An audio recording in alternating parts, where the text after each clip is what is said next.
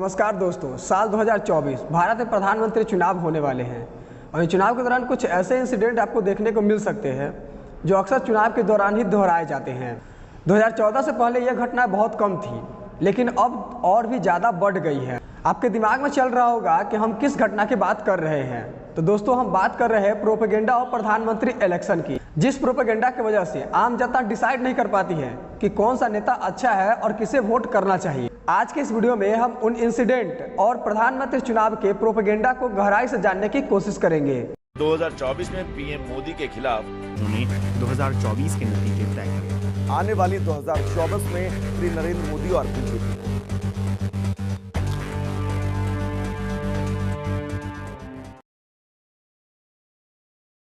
दोस्तों, अगर आपको याद हो तो पहले के मंत्री सिर्फ भाषण और अपने रैली से ही सरकार बनाती थी। At 15:45 hours, Tests were conducted in a clandestine manner without. लेकिन आज के समय मंत्रियों के पास तीन बड़े मुद्दे हैं अपनी सरकार बनाने और जनता को प्रभावित करने के लिए। पहला मुद्दा है सर्जिकल स्ट्राइक, यानी कि देश के बॉर्डर पर कुछ भी हो उसकी सिंपैथी से हम आसानी से वोट बटोर सकते हैं। दूसरा मुद्दा है सोशल मीडिया एक्टिविटी, जिससे आप आसानी से मैनिपुलेट हो सकते हैं, यानी कि किसी भी तरीका से आपको मैनिपुलेट किया जा सकता है झूठी खबरों और वीडियोज से। और तीसरा मुद्दा है एडवर्टाइजमेंट और रैलियाँ। रैलियों में भड़काऊ भाषण और एडवर्टाइजमेंट में इतने एडवर्टाइजमेंट कि आप देख देख कर आपके दिमाग में यह चलने लगता है कि शायद यही नेता जीत रही है, हमें इसे ही वोट देना चाहिए। पहला मुद्दा है सर्जिकल स्ट्राइक। दोस्तों, भारत में आज़ादी के बाद अब तक 9 सर्जिकल स्ट्राइक हो चुके हैं, लेकिन इनमें से सिर्फ आपको 2 के बारे में पता है, जो 2016 और 2019 में हुए थे। इसकी वजह क्या है? दरअसल दोस्तों, 2014 से पहले जो भी सर्जिकल स्ट्राइक हुए हैं उनको कभी पब्लिकली पब्लिश नहीं किया गया, लेकिन 2016 और 2019 में जो भी सर्जिकल स्ट्राइक हुए हैं इसे पब्लिकली शेयर किया गया ताकि पब्लिक की सिंपैथी प्राप्त कर हम आसानी से वोट बटोर सकें, जिसके बारे में हम आपको आगे बताएंगे। सर्जिकल स्ट्राइक क्या है और इसे क्यों किया जाता है या फिर यह कैसे किया जाता है। दोस्तों, सर्जिकल स्ट्राइक एक विशेष प्रकार का हमला होता है जिसकी नीतियां पहले तैयार की जाती है और इसमें टारगेट, समय और सैनिक की संख्या का खास ध्यान रखा जाता है और इसकी जानकारी सिर्फ गिने चुने लोगों की ही होती है। और किसी भी सर्जिकल स्ट्राइक को अंजाम देने से पहले जिस टारगेट पर सर्जिकल स्ट्राइक करना है उसकी पूरी जानकारी प्राप्त की जाती है कि वहाँ पे कोई सिविलियंस नहीं रहते हो, सिविलियंस को किसी भी प्रकार की कोई नुकसान ना हो या फिर उनसे जुड़े किसी भी वस्तु को भी कोई नुकसान ना हो। उसके बाद ही सर्जिकल स्ट्राइक किए जाते हैं। दोस्तों, भारत में पहला सर्जिकल स्ट्राइक 1998 हुआ था, जो बहुत ही इंटरेस्टिंग है। 1998 के सर्जिकल स्ट्राइक में पाकिस्तान के 22 आतंकवादी मारे गए थे और सर्जिकल स्ट्राइक को अंजाम देने इंडियन आर्मी के सिर्फ 6 सैनिक काले कपड़े में गए थे।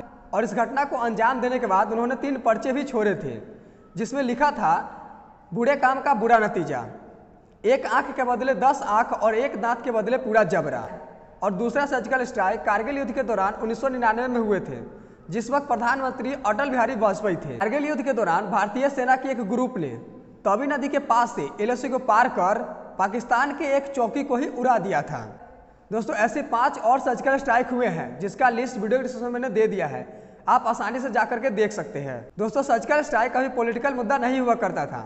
2016 और 2019 के बाद से यह इसे पॉलिटिकल मुद्दा बनाया गया। आपको जानकर हैरानी होगी दोस्तों कि 2019 में जो सर्जिकल स्ट्राइक हुए थे उससे लोग बहुत ज़्यादा प्रभावित हुए थे और खुद पर बहुत ज़्यादा प्राउड फील कर रहे थे कि हमने जो प्रधानमंत्री चुना है वो अब तक के बेस्ट प्रधानमंत्री हैं। और इसी से प्रभावित होकर आपने प्रधानमंत्री को और भर भर के वोट दिए, जिसकी वजह से ऐसा माना जा रहा है कि इन आने वाले चुनाव के 2 सालों में कुछ ऐसी घटनाएं हो सकती हैं। ये सलमान खान एकदम खुश है। ये क्या लिए खुश है? करा कि भैया मेरा एक तो मूवी था बहुत हिट कर गया, एक था टाइगर, अब 2024 में एक तो मूवी बनाने जा रहा है। इसको क्या लगता है भाई साहब, सलमान भाई, बजरंगी भैया, इनका क्या सोचना है कि भैया 24-25 में जब पाकिस्तानी हमला करेगा तो भारत के हमले में पाकिस्तान तबाह हो जाएगा, तो एक मूवी बनाना चाहते हैं। एक था टाइगर नहीं, एक था पाकिस्तान बना। दोस्तों, 2019 का सर्जिकल स्ट्राइक और खान सर का ये वीडियो देखकर आपको क्या समझ में आता है, वीडियो के नीचे हमें कमेंट करके जरूर बताइएगा। मॉस्को में बम ब्लास्ट कराना चालू किया। ध्यान से समझिएगा, यह बम ब्लास्ट खुद पुतिन करा रहा था, जो खुद उस देश का प्रधानमंत्री, और इल्जाम लगा दिया किस पर? चेचन्या पे, कि चेचन्या के लोगों ने ब्लास्ट कराया है। और ये अगस्त से सितंबर 1999 तक धड़ाधड़ रूस में जहां तहां बम फूट रहे थे। और देखते देखते 1 महीना, अगस्त से सितंबर 1999 में रूस के शहर मॉस्को, राजधानी मॉस्को में धड़ाधड़ सीरियल ब्लास्ट होने लगे। इस ब्लास्ट में कहीं 10 आदमी मारा जाता है, कहीं 2 आदमी मारा जाता है। ऐसे करते करते मॉस्को में मरने वालों की संख्या 300 हो गई, जिस वजह से भयंकर बवाल हो गया। रूस के लोग अब चेचन्या को देखना नहीं चाहते थे, वो चाहते थे चेचन्या रात से एकदम तबाही किया जाए। अब सोचिए, याद कीजिए 2019 जब भारत में पुलवामा में अटैक हुआ था, हमारे सिपाही शहीद हुए थे, तो किस तरह से बवाल हुआ था कि घुस के मारेंगे आतंकवादियों को। यही चाहता था वहां पर पुतिन भी। पुतिन इसी चीज को चाहता था कि एक बार जनता का समर्थन हो जाए कि मारो चेचन्या को, और यही हो भी गया। अब हम आते हैं अपने दूसरे मुद्दे पर, सोशल मीडिया एक्टिविटी। दोस्तों, सोशल मीडिया आज के समय बहुत बड़ा जरिया है लोगों को बेवकूफ़ बनाने का, और यहाँ पर सिर्फ फैक्ट में बात होती है, जिससे आसानी से लोग मैनिपुलेट हो जाते हैं। सोशल मीडिया पर ऐसे ऐसे वीडियोस और फोटोज शेयर किए जाते हैं जिससे लोग आसानी से मैनिपुलेट हो जाते हैं, जिसके कुछ उदाहरण हम आपको यहाँ पर दिखा रहे हैं।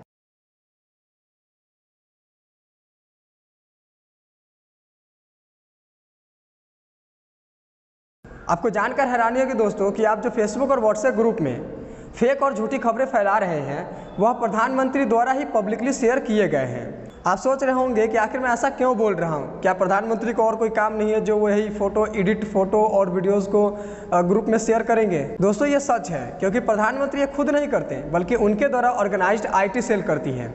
ये IT सेल सोशल मीडिया पर हर जगह फैले हुए हैं, और ये IT सेल का काम ही होता है सोशल मीडिया पर फेक और झूठी खबरों को फैलाना। ये सिर्फ प्रधानमंत्री के लिए नहीं, ये और भी बड़ी बड़ी कंपनियां और सेलिब्रिटीज के लिए काम करती है। दोस्तों, आपको पता नहीं चलेगा लेकिन आप एडिट वीडियो और फोटोशॉप का शिकार हो चुके होंगे। और दोस्तों, सबसे चौंकाने वाली बात यह है कि IT सेल फेक और झूठी खबरों को फैलाने के लिए सोशल मीडिया पर पेड ट्वीट का भी यूज करती है, यानी कि फेक और झूठी खबरें फैलाने के लिए सोशल मीडिया पर लोगों को पैसे दिए जाते हैं। दोस्तों, इन IT सेल द्वारा फैलाए गए फेक और झूठी खबरों को आप कैसे पहचानेंगे? दोस्तों, इस फोटो को देखिए, इस फोटो में गिर रहे झरने में मोदी जी का चित्र दिखाई दे रहा है। इसका क्या अर्थ बनता है? और यहीं पे कुछ अच्छी बातें लिख दी जाए तो आप आसानी से प्रभावित हो जाते हैं और आसानी से बेवकूफ़ बन जाते हैं। कभी कभी यह फेमस सेलिब्रिटी का छोटी छोटी वीडियो के क्लिप को एडिट कर अपने आप को बेहतर बताते हैं, जबकि वह सेलिब्रिटी इनके बारे में ऐसा कुछ बोलते ही नहीं। दोस्तों, यह फोटो देखिए, इस फोटो में जो व्यक्ति आपको खून से लथपथ दिख रहा है यह आम आदमी पार्टी का है, और इसे बीजेपी के कुछ गुंडों ने पीट कर इसकी यह हालत करी है। लेकिन बीजेपी की IT सेल ने यह झूठी खबरें फैलाई कि आम आदमी पार्टी के कार्यकर्ता ने बीजेपी के कार्यकर्ता को पीटा।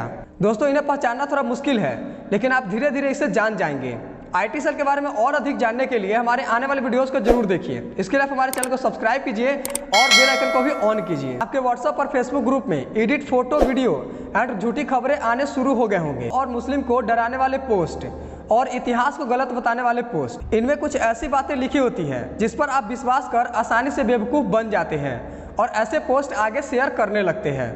दोस्तों, इसे रोकने का सिर्फ एक ही तरीका है, जैसे ये पोस्ट आपके पास आए आप आगे शेयर ना करें। अब हम आते हैं अपने तीसरे मुद्दे पर, एडवर्टाइजमेंट और रैलियाँ। एडवर्टाइजमेंट में अनसक्सेसफुल कामों को सक्सेसफुल दिखाकर अपना फोटो लगवाना और रैलियों में भड़काऊ भाषण देना। दोस्तों, भारत में अब तक जितने प्रधानमंत्री बने उन सब में सबसे अधिक एडवर्टाइजमेंट करने वाले प्रधानमंत्री मोदी जी हैं। इन्होंने एडवर्टाइजमेंट में महारत हासिल की है। दिल्ली और उत्तर प्रदेश राज्यों में जिधर भी देखेंगे आपको प्रधानमंत्री दिख जाएंगे। दोस्तों, प्रधानमंत्री कुछ भी करते हैं या होता है, वह सक्सेसफुल हो या ना हो, लेकिन उसका एडवर्टाइजमेंट जरूर होता है। आपको जानकर हैरानी होगी दोस्तों कि 2014 से लेकर अब तक केंद्र सरकार ने सिर्फ एडवर्टाइजमेंट पर 5749 करोड़ रुपए खर्च किए हैं। ये आंकड़े केंद्र सरकार ने BBC द्वारा RTI में पूछे गए सवालों में खुद बताए थे। तब RTI ने बताया कि कांग्रेस अपने 10 सालों में 3582 करोड़ रुपए खर्च किए थे, लेकिन मोदी जी ने मात्र 7 साल में ही उनके रिकॉर्ड को तोड़ दिया। दोस्तों, इस आंकड़े के चार्ट में आप देख सकते हैं कि मोदी सरकार ने किस चीज की एडवर्टाइजमेंट में कितने खर्च किए हैं। दोस्तों, ये खर्च 3 तरह से होते हैं। 2014 के रिपोर्ट के अनुसार 1 जून 2014 से लेकर 31 मार्च 2015 के बीच 424.85 करोड़ रुपए प्रिंटिंग प्रेस में, 448.97 करोड़ रुपए इलेक्ट्रिक मीडिया में और 79.72 करोड़ रुपए बाह्य प्रचार के खर्च में किए गए थे। दोस्तों, आप सोच रहे होंगे कि एडवर्टाइजमेंट पर सरकार इतनी खर्च क्यों करती है, तो इसकी एक साइंटिफिक रीजन है। जब आप बार बार किसी की फोटो को देखते हैं तो उसका फोटो आपके दिमाग में बैठ जाता है और जिधर भी जाते हैं उसका फोटो देखने पर आपको ऐसा लगने लगता है कि शायद इस बार इसी की सरकार बनने वाली है। तो रैलियों के बारे में क्या कहा जाए, आपको तो पता ही है, रैलियों में जो भी नेता भाषण देते हैं वह अपने आप को सबसे बेहतर बताते हैं। जो नेता भाषण दे रहे होते हैं उनको छोड़कर सारे नेता भ्रष्ट और देश को लूटने वाले होते हैं। उनके भाषण सुनने के बाद आपको यह पता चल जाता है कि देश चलाने लायक सिर्फ यही नेता है, इन्हीं को वोट करना चाहिए। अगर यह पैतरा काम नहीं आता है तो इतिहास को गलत बताने और हिंदू मुस्लिम को डराने लगते हैं। दोस्तों, आपको कभी समझ में नहीं आएगा कि हर 5 साल में ही हिंदू और मुस्लिम खतरे में क्यों आ जाते हैं। कहीं मुस्लिम खतरे में आ जाते हैं तो कहीं हिंदू खतरे में आ जाते हैं। दोस्तों, यह वीडियो किसी भी हेट पर्पस से नहीं बनाया गया। इसमें दी गई जानकारी सिर्फ आपको जागरूक करने के लिए है। अगर आपको यह वीडियो इन्फॉर्मेटिव लगा हो तो चैनल को सब्सक्राइब कीजिए और वीडियो पसंद आए तो वीडियो को लाइक और शेयर जरूर कीजिएगा। फिर मिलते हैं अपने अगले वीडियो में, तब तक के लिए बहुत बहुत धन्यवाद।